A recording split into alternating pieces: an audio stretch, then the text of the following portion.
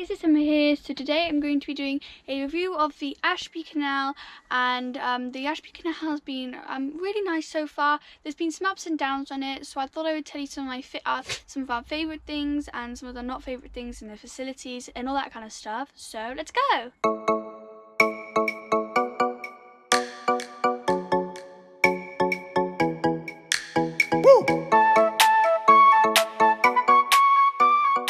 Canal has 22 miles of navigable canal. So the Ashby Canal isn't connected to any other canal when you go up, so once you get up there you have to turn around and then make your way back down. So with the Ashby Canal there are no locks, so you can either take your time or go really fast, so no locks will be slowing you down. The Ashby is quite shallow, especially with the arm coat. The arm coat is just like a metal bit of the towpath with the CRT put in, so it's easier to moor for boaters. So generally it's absolutely fine and you can just pull the boat in and you're done.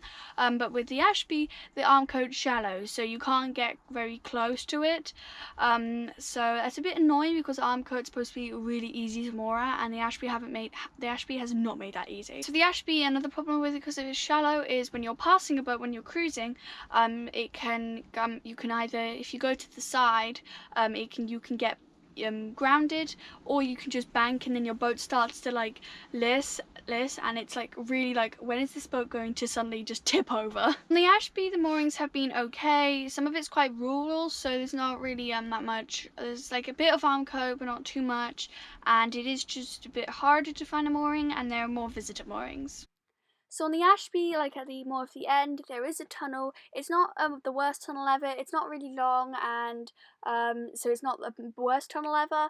The only thing that's a bit iffy about it is that only one boat can go through at a time. So when you come up to the tunnel, you kind of have to look through to make sure that there's no boats coming.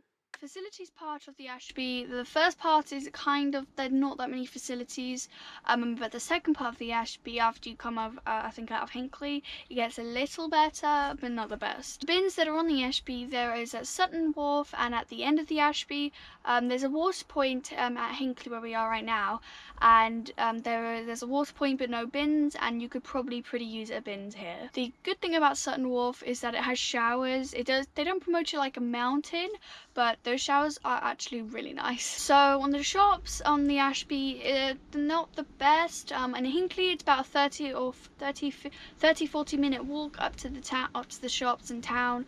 We were lazy, so we got a taxi.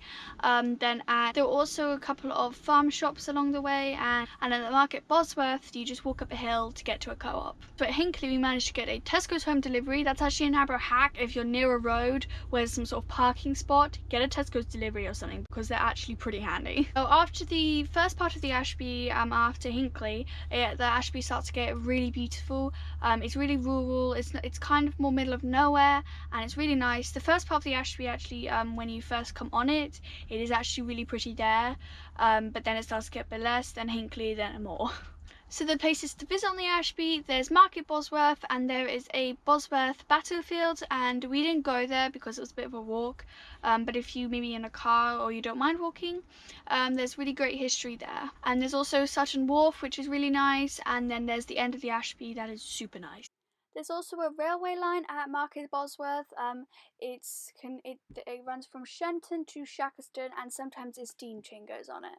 So when it started to get to the end of the Ashby, it started to get really pretty. More to this spot where it was kind of woodsy, and it had a stream, and it was really pretty. Nobody seemed to moor there, which we were pretty surprised. The Ashby was like reasonably busy, and not as busy as we thought, but it's reasonably. And we thought people would be packed there because it's really nice, but I don't think there was really anybody there. So that place was really nice. To the end of the Ashby, I definitely recommend you stay there for longer.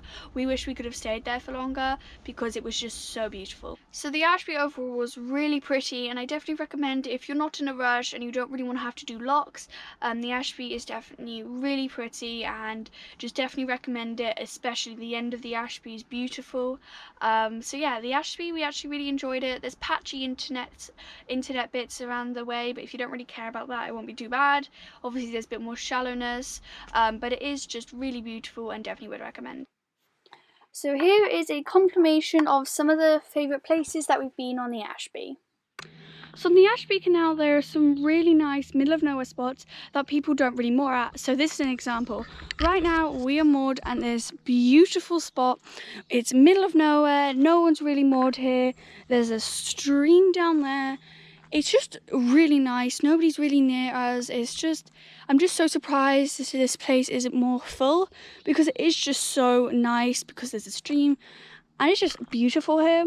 So I definitely recommend, if you're on the Ashby, try and find a mooring like this, because it is just beautiful. If you liked this video, don't forget to give it a like, subscribe and hit the notification bell to get notified every time I do a video, and comment on my social medias, my Patreon and my Gmail, thenarrowboatgirl@gmail.com, if you have any suggestions for me. So yeah, see you later, bye!